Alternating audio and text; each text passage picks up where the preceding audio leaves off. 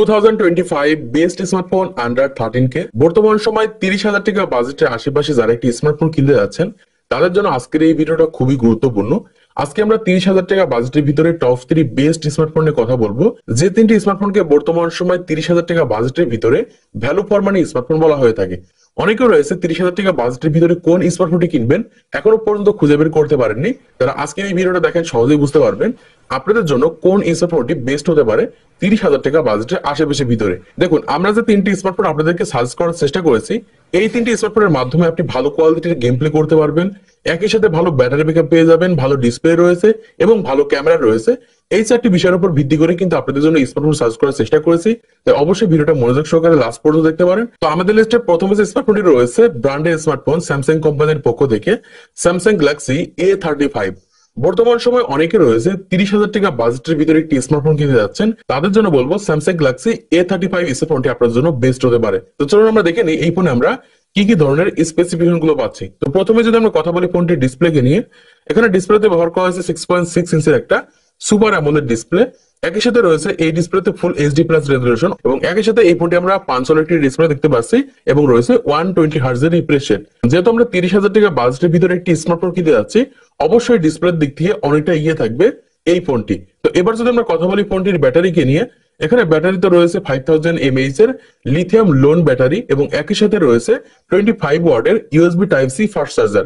Lithium ion battery পেয়ে যাচ্ছে, ভালো একটা ব্যাটারি ব্যাকআপ পেতে পারি এই ফোনটির মাধ্যমে। এবার যদি আমরা কথা বলি ফোনটির ক্যামেরাকে নিয়ে, এখানে আমরা ব্যাক সাইডে তিনটি ক্যামেরা পেয়ে যাচ্ছি, ট্রিপল ক্যামেরা, যেখানে মেইন ক্যামেরা হিসেবে ব্যবহার করা হয়েছে 15 মেগাপিক্সেলের wide angle lens primary camera এবং একই সাথে রয়েছে 8 মেগাপিক্সেলের ultra wide angle lens camera এবং একই সাথে রয়েছে 5 মেগাপিক্সেলের ম্যাক্রো ক্যামেরা। তো এই ক্যামেরার মাধ্যমে আমরা 10x ডিজিটাল জুম পেয়ে যাচ্ছে এবং একই সাথে রয়েছে 60 fps পর্যন্ত ভিডিও রেকর্ড করার সুবিধা। একই সাথে এখানে এফপিএস এর কথা যদি বলি, আমরা এখান থেকে আমরা 1.8 fps পেয়ে যাচ্ছে। তো অবশ্যই আপনারা বুঝতে পারছেন ফোনটির মাধ্যমে আমরা কেমন পারফরমেন্স করতে পারবো ক্যামেরার দিক থেকে।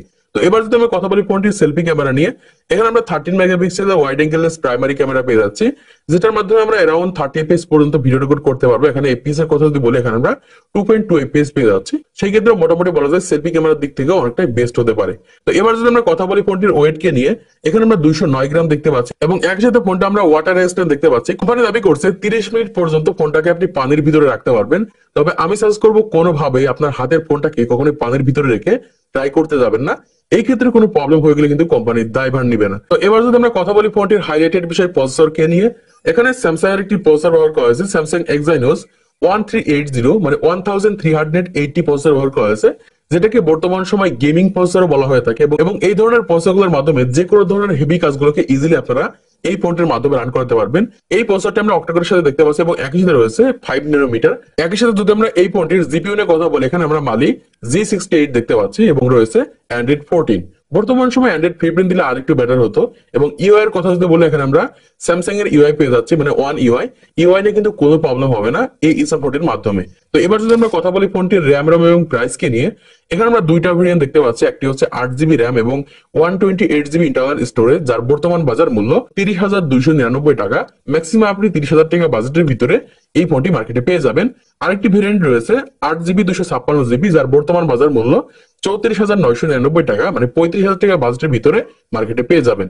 সেই ক্ষেত্রে মোটামুটি 8GB 128GB আপনি 30,000 টাকা বাজেটের ভিতরে মার্কেটে অ্যাভেলেবেল পেয়ে যাবেন। আমাদের লিস্টে দ্বিতীয় নম্বরে যে স্মার্টফোনটি রয়েছে Xiaomi কোম্পানির পক্ষ থেকে Xiaomi Redmi Note 14 Pro। বর্তমান সময় অনেকে রয়েছে Xiaomi কোম্পানির একটি স্মার্টফোন কিনতে যাচ্ছেন 30,000 টাকা বাজেটের ভিতরে, তাদের জন্য এই ফোনটি চোখ বুঝে বেস্ট হতে পারে। তো চলুন আমরা দেখে নিই এই ফোনে আমরা কি কি ধরনের স্পেসিফিকেশন গুলো পাচ্ছি। তো প্রথমে যদি আমরা কথা বলি ফোনটির ডিসপ্লেকে নিয়ে, এখানে ডিসপ্লেতে ব্যবহার করা হয়েছে 6.67 ইঞ্চের একটা অ্যামোলেড প্যানেল ডিসপ্লে, যেখানে রেজোলিউশন ব্যবহার করা হয়েছে ফুল এইচডি প্লাস এবং একই সাথে রয়েছে 120 হার্টজের রিফ্রেশ রেট।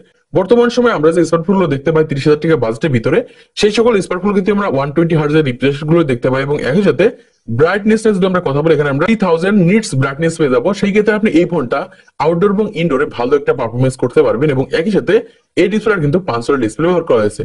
সেই ক্ষেত্রে মোটামুটি বলা যায় 30,000 টাকা বাজেটের ভিতরে বেস্ট একটি ডিসপ্লে স্মার্টফোন হতে পারে। তো এবার যদি আমরা কথা বলি ফোনটির ব্যাটারিকে নিয়ে, এখানে ব্যাটারিতে ব্যবহার করা হয়েছে 5110 mAh ব্যাটারি, যেটা আমরা লিথিয়াম পলিমার ব্যাটারি দেখতে পাচ্ছি এবং একই সাথে রয়েছে 45 ওয়াটের USB type C fast charger. তো এবার যদি আমরা কথা বলি ফোনটির হাইলাইটেড বিষয় ক্যামেরা কি নিয়ে, এখানে মেইন ক্যামেরা হিসেবে রয়েছে 200 megapixel wide angle primary camera, একই সাথে রয়েছে 8 মেগাপিক্সেলের আল্ট্রা ওয়াইড অ্যাঙ্গেল ক্যামেরা এবং একই সাথে 2 মেগাপিক্সেলের একটি ম্যাক্রো ক্যামেরা পেয়ে যাচ্ছি। সেই ক্ষেত্রে মোটামুটি আমরা এই ক্যামেরার মাধ্যমে ভালো একটা পারফরমেন্স করতে পারবো, যেহেতু এখানে আমরা 200 মেগাপিক্সেলের একটি ক্যামেরা পেয়ে যাচ্ছি। এই ক্যামেরার মাধ্যমে আমরা ডিজিটাল জুম পেয়ে যাচ্ছি এবং একই সাথে আমরা 120 এফপিএস এর সাথে ভিডিও রেকর্ড করতে পারবো। সেক্ষেত্রে মোটামুটি ফটো এবং ভিডিও শুটের জন্য বেস্ট একটি স্মার্টফোন হতে পারে। তো এবার যদি আমরা কথা বলি ফোনটির সেলফি ক্যামেরা নিয়ে, এখানে আমরা 20 মেগাপিক্সেল একটি ওয়াইড অ্যাঙ্গেল প্রাইমারি ক্যামেরা পেয়ে যাচ্ছি, যেটার মাধ্যমে আমরা 60 এফপিএস পর্যন্ত কিন্তু ভিডিও রেকর্ড করার সুবিধা পাচ্ছি। সেই ক্ষেত্রে মোটামুটি বলা যায় 30,000 টাকা বাজেটের ভিতরে বেস্ট একটি ক্যামেরা স্মার্টফোন হতে পারে। তো এবার যদি আমরা কথা বলি ফোনটির ওয়েট কে নিয়ে, এখানে আমরা 190 গ্রাম দেখতে পাচ্ছি এবং একই সাথে এই ফোনটা কিন্তু ওয়াটার রেজিস্ট্যান্ট রয়েছে। মোটামুটি আপনারা এই ফোনটাকে পানির ভিতরে 30 মিনিট পর্যন্ত সার্ভাইভ করতে পারবেন। তো এবার যদি আমরা কথা বলি ফোনটির হাইলাইটেড বিষয় প্রসেসরকে নিয়ে, এখানে মিডিয়াটেকের একটি প্রসেসর ব্যবহার করা হয়েছে, মিডিয়াটেক ডায়মন্ডসিটি 7300 আলট্রা প্রসেসর। তো এই প্রসেসরটি আমরা অক্টাকোরের সাথে দেখতে পাচ্ছি এবং একই সাথে রয়েছে 4 ন্যানোমিটার। বর্তমান সময় যাদের ন্যানোমিটার সম্পর্কে একটু ধারণা রয়েছে তারা সহজেই বুঝতে পারছেন যে এই প্রসেসরটি এই ফোনের মাধ্যমে কেমন পারফরমেন্স করতে পারবে। এবং একই সাথে জিপি হিসেবে রয়েছে মালি G61।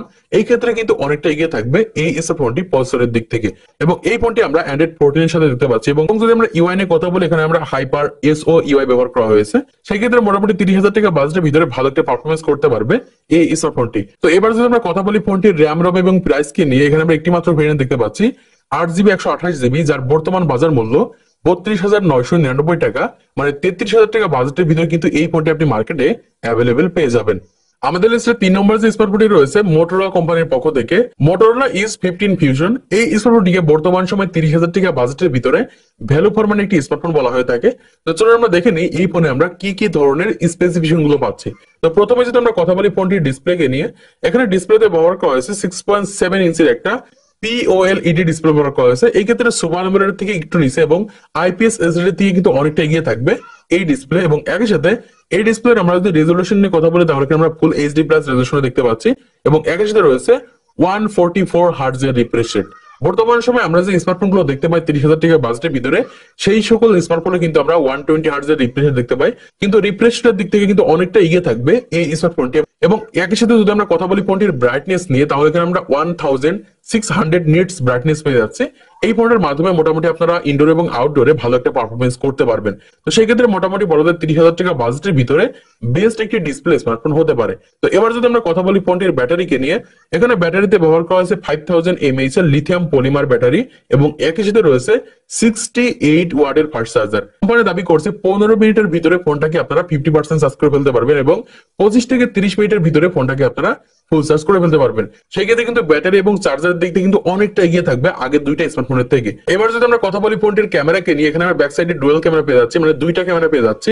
মেইন ক্যামেরা হচ্ছে 15 মেগাপিক্সেলের ওয়াইড অ্যাঙ্গেল প্রাইমারি ক্যামেরা এবং 8 মেগাপিক্সেলের আল্ট্রা ওয়াইড অ্যাঙ্গেল ক্যামেরা পেয়ে যাচ্ছি। এই ক্যামেরার মাধ্যমে আমরা 8x ডিজিটাল জুম পেয়ে যাচ্ছি এবং একই সাথে আমরা 30 fps পর্যন্ত কিন্তু ভিডিও রেকর্ড করার সুবিধা পেয়ে যাচ্ছি। তো এবার যদি আমরা কথা বলি ফোনটির সেলফি ক্যামেরা নিয়ে, এখানে আমরা 32 মেগাপিক্সেলের ওয়াইড অ্যাঙ্গেল প্রাইমারি ক্যামেরা পেয়ে যাচ্ছি, যেটার মাধ্যমে আমরা 30 fps পর্যন্ত কিন্তু ভিডিও রেকর্ড করতে পারবো। সেই ক্ষেত্রে কিন্তু সেলফি ক্যামেরার দিকে কিন্তু অনেকটা এগিয়ে থাকবে এই স্মার্টফোনটি। তো এবার যদি আমরা কথা বলি ফোনটির ওয়েট কে নিয়ে, এখানে আমরা 174 গ্রাম ফোনটিকে দেখতে পাচ্ছি এবং একই সাথে এই ফোনটা কিন্তু ওয়াটার রেজিস্ট্যান্ট রয়েছে। মোটামুটি আমরা এই ফোনটা 30 মিনিট পর্যন্ত পানির নিচে সার্ভাইভ করতে পারবো, মোটামুটি ভালো একটা পারফরমেন্স করতে পারবে এই স্মার্টফোনটি।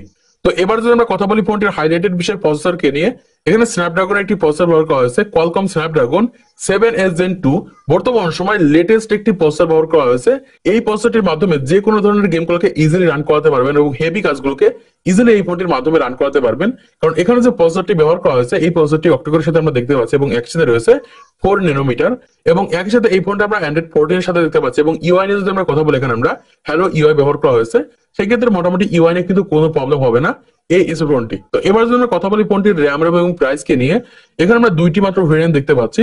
একটি হচ্ছে 8GB 128GB, যার বর্তমান বাজার মূল্য 32,200 টাকা। মার্কেটে আপনি 32,000 টাকা বাজেটের আশেপাশে কিন্তু ফোনটি মার্কেটে পেয়ে যাবেন। আরেকটি ভেরিয়েন্ট হচ্ছে 12GB 256GB, যার বর্তমান বাজার মূল্য 34,999 টাকা, মানে 35,000 টাকা বাজেটের ভিতরে ফোনটিকে আপনি মার্কেটে অ্যাভেলেবেল পেয়ে যাবেন। তো আশা করছি আপনারা বুঝতে পেরেছেন বর্তমান সময় 30,000 টাকা বাজেটের ভিতরে কোন স্মার্টফোনটি বেস্ট হতে পারে এবং আপনি কোন স্মার্টফোনটি কিনতে যাচ্ছেন অবশ্যই কমেন্ট বক্সে জানিয়ে যাবেন। তো আজকের এই ভিডিওতে আমি যে তিনটি স্মার্টফোন আপনাদেরকে সার্চ করার চেষ্টা করেছি, এই তিনটি স্মার্টফোন আপনি আনঅফিশিয়াল পেয়ে যাবেন মার্কেটে।